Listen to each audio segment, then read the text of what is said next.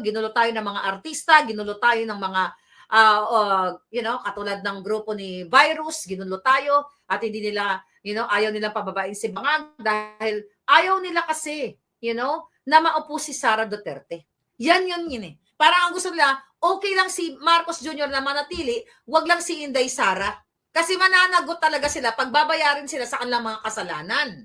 Okay, kaso lang, mga kababayan, kaya sila, suporta itong mga putang inang ito kay Marcos Jr., maliban pa dyan, sila ay naiupo dyan sa pwesto, sa pakikipag-connives nila, nagkakapera pa ang mga makakaliwang grupo, kaya ganyan yan, ang gagawin nila, mga kababayan, ay nakikipag-alyansa sila. Tingnan mo, imbis na panagutin si Saldico, si Tabaluso, si Marcos, si Lisa Tanas, anong drama ni De Lima? Sabi daw niya, akala mo lusot ka na kay Inday Sara.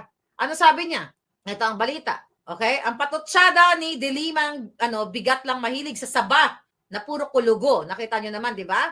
Ang sabi daw niya ay, nagpapanawagan na naman siya sa Pilipino. Akala mo may naniniwala sa kadyotahan niya. Pag-alabin natin ang ating galit, hindi para humantong sa dahas o karahasan, hindi para sa pananaig ng hustisya, kundi para sa pananaig ng hustisya at batas. Alam natin na may mga gustong magkagulo tayo. Nakita natin ang nangyari sa Indonesia at Nepal, pero hindi po ibig sabihin nun ay magpapagamit tayo ng mga umeepal na may pansariling agenda. Julul, sila ang may agenda.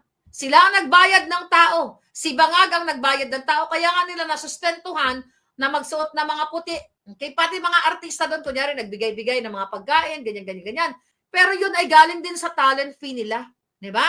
O, sabi pa ni De Lima, isa ka na dyan, Sara Duterte, akala mo lusot ka na. Natabunan man ng impeachment, hindi kami nakakalimot. Yung ulol na yan. They talk about 125 million na binato kay Inday na cleared na yan.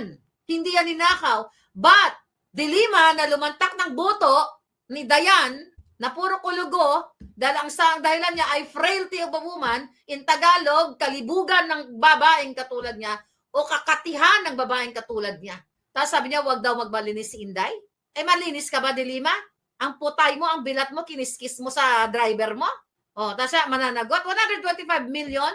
Pero ang bilyon-bilyon ni Saldico, hindi niya ma-mention sa stage. Yung pagnanakaw, ang kidnapping ni Lisa Tanas, ni Bangag, hindi niya ma-mention. Kasi magkakakampi na sila. Paano mo masasabi ito si De Lima? Diba? Malinis ka, tapos sasabi mo kay Inday Sara, pag malinis, malinis talaga yun. Diba? In and out. Ikaw, in, dugyot. Out, dugyot pa rin. Personal, lahat. Loob at labas mo. The fact na ang bilat mo ay pinalawayan mo sa driver mo na may asawa at sasabihin mo sa interview mo na frailty of a woman, wala kang dignidad, wala kang kredibilidad. Diba? O sino naman kumakana sa'yo, bakla? Ay De Lima. Diba? Sino kumakana ngayon? Sinong driver ang kumakana ngayon kay De Lima? Nakita itong mga to. Ito kasi itong mga to. Itong mga taong, itong mga pinapakita dito sa balita, mga nagbabato. Hindi kasi dapat ganito na nagbabato kayo Si De Lima na lang ang ibato ninyo. To. Ano pa mga pinagsasabi? Ito yon yung 2022. Naka-lockdown naka-lockdown pa rin ba ang Malacanang ngayon? Kasi natatakot ang mga bangag. Kasi anytime, baka pumunta kayo at manindigan kayong lahat dyan, edi matatanggal nyo na yung mga bangag. Isinailalim sa mahigpit na lockdown ang Malacanang matapos umiral ang tensyon sa bahagi ng Ayala Bridge at ang kayang lusubin ng mga realista ang compound. Ganyan. Well, nakita naman natin, di ba? Ano to? Okay. Ito daw sabi ni Kabayo. Ikulong ang mga magnanakaw. Para sa akin, hindi sapat ang kulong Dapat patayin ang mga korap na magnanakaw. Ibalik ang death penalty sa mga korap para gurgurin ang mga magnanakaw. Ikulong, gurgurin, kahit ang mga pamilya nila. Ano to, Vice Kabayo? Copy-paste sa akin? Yun ang sabi niya. Matapang. Bakit hindi mo masabi na gurgurin ang pamilyang Marcos na magnanakaw sa kaban ng bayang hinayupak ang kabayo ka? Very generic, di ba? Kasi nakita nga chami-chami sila ni Sandro, nakipag-meeting kay Lisa Tanas, kay Bangag. Hindi na papangalanan si Marcos Jr. Ang sabi niya lang, ni Vice Caballo, ang korap na politiko ay higit pa sa mamamatay tao. Yan, sinabi mo dapat kay Marcos Jr. yan. Dapat ang korap na Marcos Jr. at kanyang pamilya, lahat ay higit pa sa manggugurgur na tao. Ang korupsyon, sabi niya, ay higit pa sa terorismo. Tama ka naman dun. Pero nasaan? Sabi pa niya, hinahamon ka namin, Pangulong Bongbong Marcos, Pangulo, kung gusto mo magkaroon ng magandang legasya, ito nga sinabi, ang pangalan mo, gago kang kabayo ka. Ito na nga si Marcos Jr., ang pinuno ng pagte-terrorize sa buhay ng Pilipino. Di ba? Pag nanakaw, well, the question is, how much? Di ba? How much? Sabi pa niya, mabuhay ang mga kapwang Pilipino mga kapwang Pilipino na nakawan ng gobyerno. Sabi niya, ito pang mga sabi niya, nagmura-mura din siya. Patawad kay Father, mga jutang ginin ninyo. Sabi pa niya, ang mga mababait, okay? Mababait, ginago, ang mga resilient, tinarantado, hindi na uubra sa atin ang kabaitan. Di ka imik-imik, tahimikan, patawad pero sabi ko nga, ano ba nagawa nila doon ng mga artista? Napanagot ba nila si Bangag? Di ba? Napanagot ba nila si Bangag ng mga artista? Wala. Nagnanakaw pa rin. Patuloy pa rin ang pagnanakaw. Umiinom pa rin ang mamahaling alak si Satanas. Galing ang pera. Sumisingot pa rin ang pulburon si Marcos Jr. Nagnanakaw pa rin sila lahat. Na-end ba nila ang corruption on that day? Hindi. Kasi ang karamihan sa kanila ay bayad. Sabi nga ni Chavit Singson, bayad ang mga rallyista. Yan ay binayaran ng mga Bangag administration ni Lisa Tanas. Ang sasabi pa ni Bangag ngayon, okay, ngayong araw, enough is enough daw patungkol sa korupsyon. Ang kapal na mukha mo, Bangag, hindi ka pa pumantay ang panghayop ka. Ito ang balita. Sabi niya, walang kwenta to eh. No? Itigil daw, mahiya naman kayo. Ito pa rin yung sinabi, mahiya naman kayo tungkol sa korupsyon. Mahiya ka naman, Bangag. Alam mo, talagang hindi ako titigang, hindi pumapantay yung paa mo. Talagang wish ko na masubsob ka sa pulburon. Okay? Masubsob ka sa pulburon, kayong pagpamilya, at magurgur na kayong lahat. Dahil sa inyong pagiging adik at napagbayaran ninyo ang buhay, ang kahirapan na idinulot ninyo dahil sa mga baha, ang mga nagbuwis ng buhay, kailangan masingil kayong mga hinayupa kayo. Okay? Yung mga, ulit-ulit natin, yung mga artista, wala pong kwenta ang kanilang pinaggagawa doon dahil wala naman silang nagawa para i-end ang korupsyon. Tapos mayroon sinasabi, mga kababayan, malapit na mamatay ang mga Marcos, sabi din sa Salazar. Ligo Pisa separate Mindanao from Luzon. Let Duterte lead Mindanao. Yeah, I hope we can do that, mga darling. Okay, now what? Okay, ano pa ang mga eksena ninyo? Here we go. Okay? Tingnan natin to. May sinasabi si Isko Moreno. Ano sinasabi ni Isko? Meron daw ex-politician backed by a lawyer tied to Manila riot. Okay, pakinggan natin. Dahil meron daw nagbayad. Tingnan natin, baka tayo na naman pagbibintangan nito. Manila Mayor Isko Moreno Dumagoso said initial reports indicate that a former politician was behind a group of youths who rioted in the city during anti-corruption protests on Sunday, clashing with police and destroying property. Dumagoso, who did not name the politician, said the latter is funded by Filipino-Chinese individual and a lawyer. Sino kaya ito? Okay, the police are also preparing cases against more than 100 individuals involved in the melee.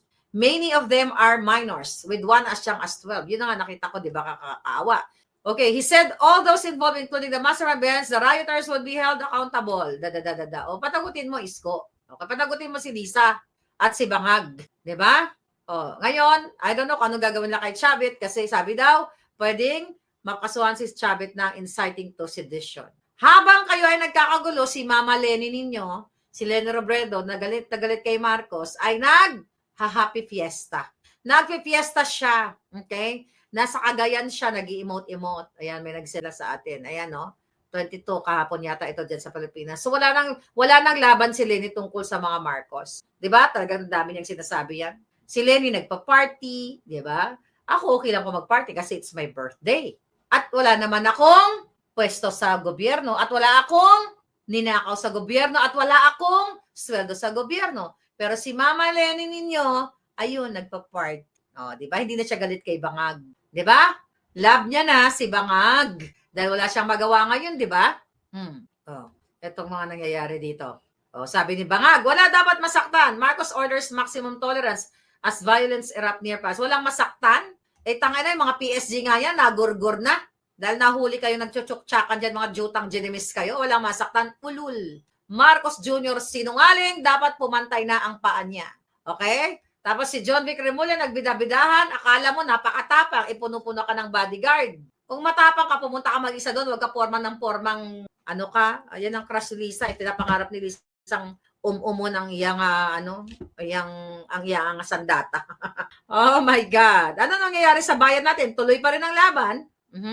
Kumanta ba si Inday Sara?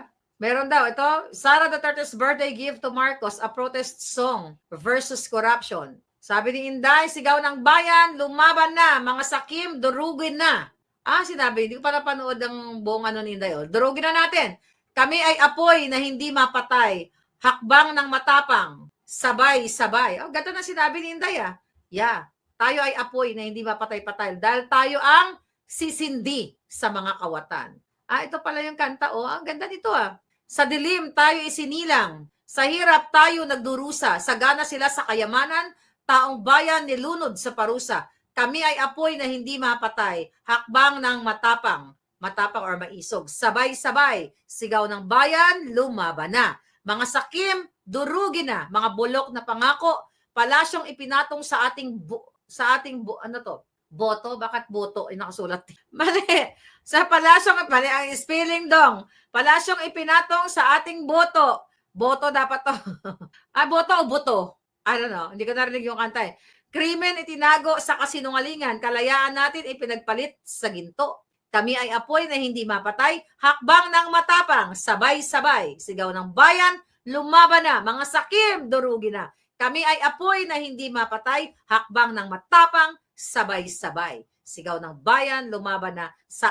Mga sakim, durugin na. Taas noo, humahakbang. Huwag yumuko kailanman. Taas noo, humahakbang. Huwag yumuko kailanman. Makanta nga yung ano ni Inday, ba't di ko narinig yun? I was too busy, no? Okay? Loko talaga to si Inday Sara. Kailan niya sinabi to? Okay? Ano sabi ni Inday? Sara Duterte's brutal roast of Liza Marcos. Mas maganda naman ang mga penguin kaysa sa kanya. Correct! Vice President Sara took a playful yet biting jab at First Lady Liza Kidnapper Marcos, commenting that penguins are way prettier than her. Exactly. Ano sabi ni Inday dito? Nandoon na, sabi ni Inday, July 24, nandoon na ako sa punto na inaatake ako ni Liza Marcos. Nagpa-interview siya. Ma'am, sabi niya, mas maganda naman ang mga penguin kaysa sa kanya. Totoo, ma'am, na-insulto ang penguin. Sabi ng penguin, bakit ako? Bakit ako? Tapos tumingin ang penguin sa salamin. Hindi talaga, mas pangit siya.